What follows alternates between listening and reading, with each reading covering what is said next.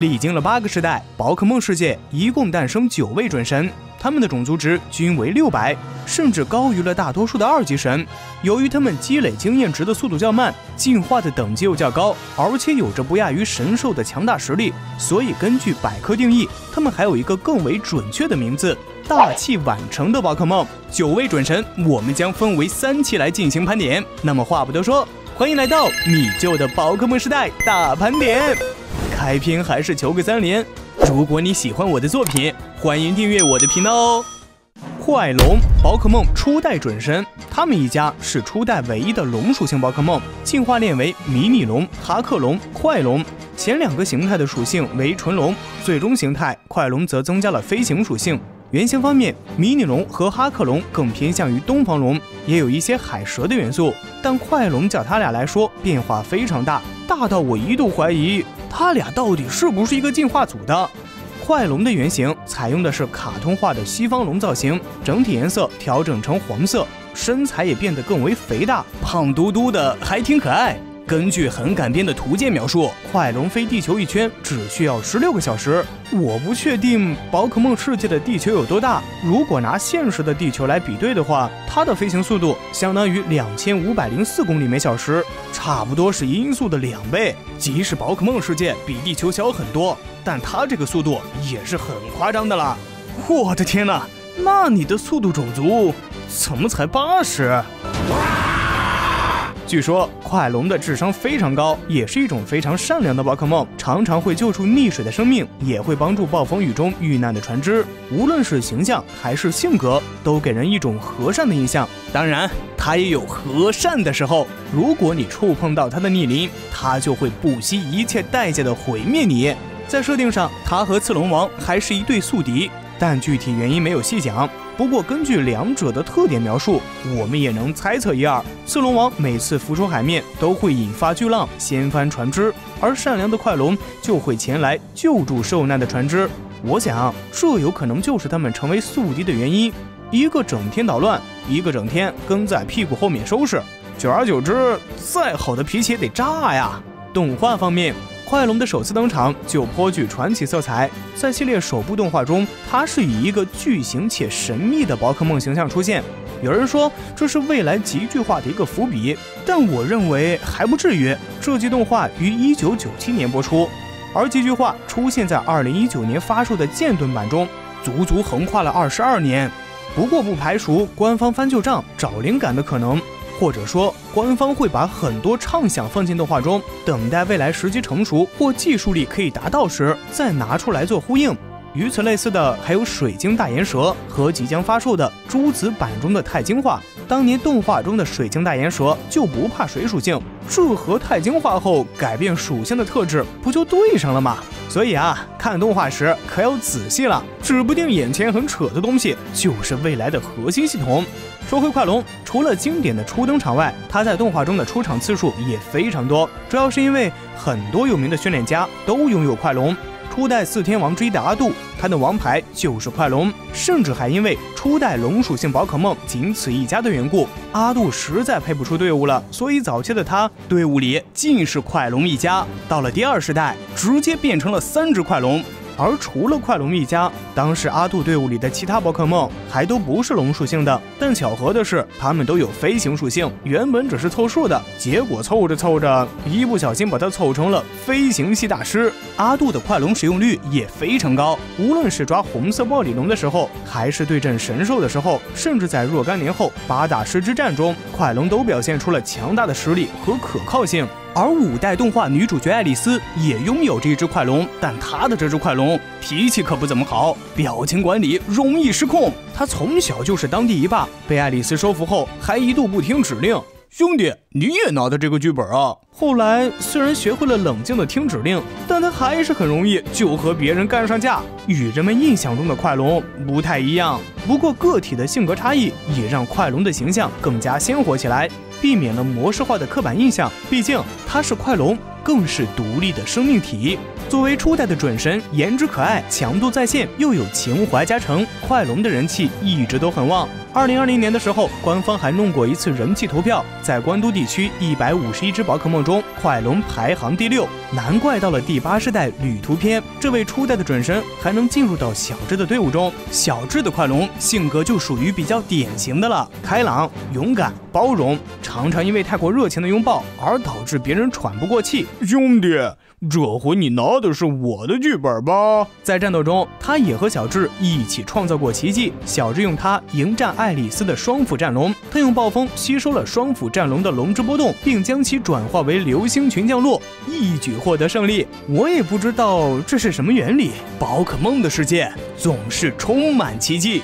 能力方面，虽然号称飞行速度极快，但它的速度种族仅为80，而攻击相对更突出一些。耐久中规中矩，不过它的梦特性多重鳞片却极大的加强了它的耐久。在它满 HP 的时候，受到的伤害会减半，这就给速度不怎么快的它一次强化的机会。它可以学习到龙武，提升速度与悟功，再配合本系威力120的逆鳞，输出力度十足。不过逆鳞的缺点也很明显，不灵活，强制2至3回合都用这招，而后就是眩晕，对方完全可以换人上来挡伤害，所以也会搭配3拳来补盲。其实里面用处最大的是火焰拳，反制4倍弱点冰属性，同时也能打击盲点钢属性。其他2拳可以不带，留给飞本或其他招式。而普通特性精神力在8代加强后，不仅不会畏缩，同时也不会被威吓降低攻击力，也有了用武之地。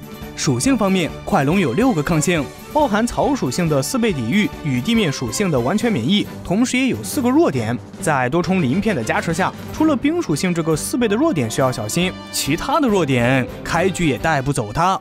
班基拉斯宝可梦金银版准神，虽然形象上很接近龙，但它却是准神中少有的非龙属性宝可梦，为恶加岩石，原型参考的是恐龙和日本著名怪兽哥斯拉。它的进化链是鼬基拉斯、沙基拉斯、班吉拉斯，中间虽然是一个蛹的形态，不过此时的它并非静止不动。沙基拉斯可以通过压缩体内的空气实现喷射飞行。哎，长这样都能飞，那在设定上，班基拉斯也有宿敌，他的栖息地与80代的铝钢龙相同，所以两者经常会发生斗争。他俩的宿敌设定是不是有点像哥斯拉大战机械哥斯拉？动画方面，我很好奇，作为2代的准神，同样也是恶属性的4天王梨花，为啥不以他为王牌呢？我想可能是因为金银世代的4天王战比较靠前，而且后面还有龙属性冠军阿杜的登场，班吉拉斯在恶天王这儿出场强度会太高了。由于没有著名的训练家，也间接导致了班吉拉斯一家在动画中没有什么高光时刻。不过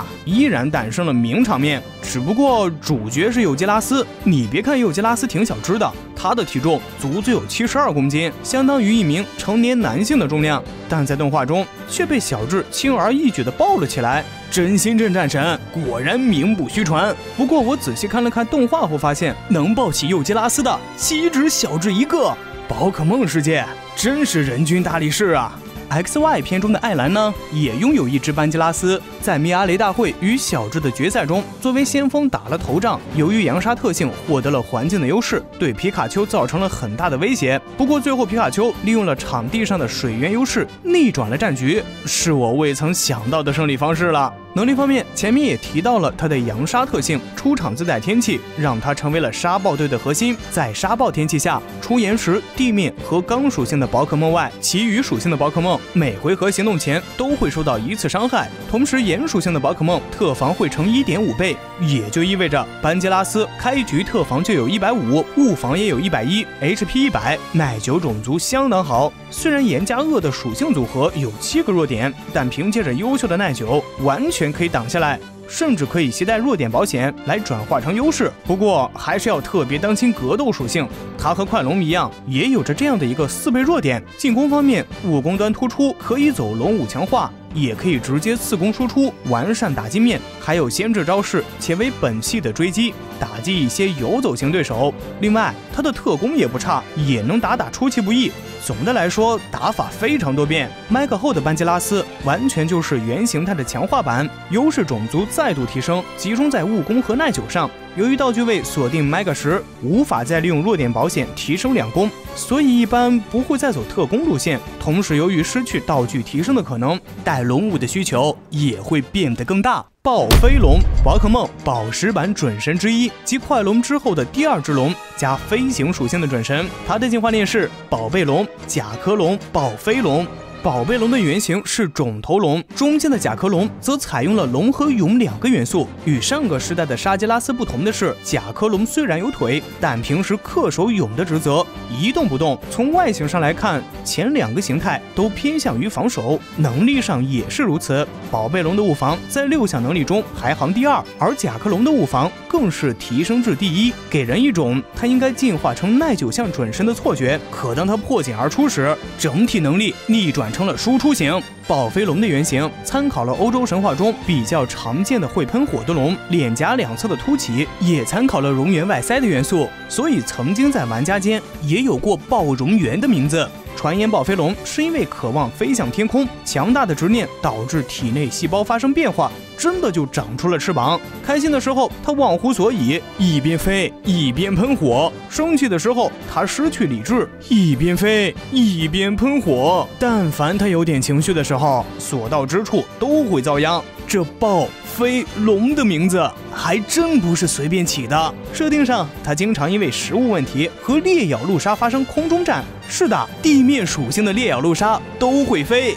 那动画方面，暴飞龙是只带龙属性天王原制的王牌宝可梦，出场即高光。先是用退化型甲壳龙打败了小只的皮卡丘，然后在火箭队意图抢夺宝可梦的时候，用暴飞龙送他们上了天。在 XY 篇中，历史再一次重现，火箭队在抢夺皮卡丘与胖克丁后，遭遇了一只失控的野生暴飞龙。当然，失控的原因也和火箭队有关。在众人解决了失控的问题后，暴飞龙再一次将火箭队送上了天。另外，卡洛斯地区的劲敌祥太也有一只暴飞龙，在地区大会上和小只的音波龙打得不分上下。总的来说，暴飞龙的出场次数虽然不多，但高光时刻却不少。能力方面，暴飞龙的双攻都不错，可以走双刀流，速度100，中规中矩。特性威吓，上场就能降低对面1级武功，变相提升了自己的物防。面对务攻手时，也给了自己龙武的机会，毕竟务攻非常高，龙武后也是有推队的可能的。你能威吓，对面也能威吓。武攻向的暴飞龙其实也挺怕威吓的，所以也出现了一些特攻向的用法。一来特攻招式选择面更广，二来特攻种族值基础不错，只是特攻端缺少一些强化技能，上限低了一些，也无法将暴飞龙的优势用尽。它的隐藏特性为自信过剩，在打败对方的宝可梦后就能提升1级武功，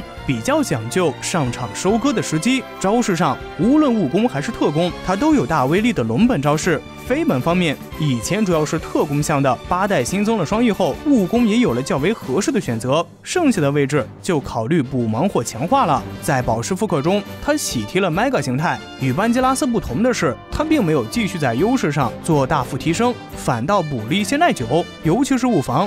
而且它本身就有威吓特性，这下它的物理耐久就相当可观了。面对务攻手时，更有了龙武资本。不过 Mega 后对它影响最大的，倒不是能力的提升，而是特性的转变。在飞行皮肤这个特性下，一般属性的招式会变为飞行属性，且威力提升1.2倍，这在当时大大的解决了它飞本招式匮乏的问题。本期的盘点就到这儿，下一期我们将来聊一下准神巨鲸怪、烈咬陆鲨以及3手恶龙。我是米舅，下期见。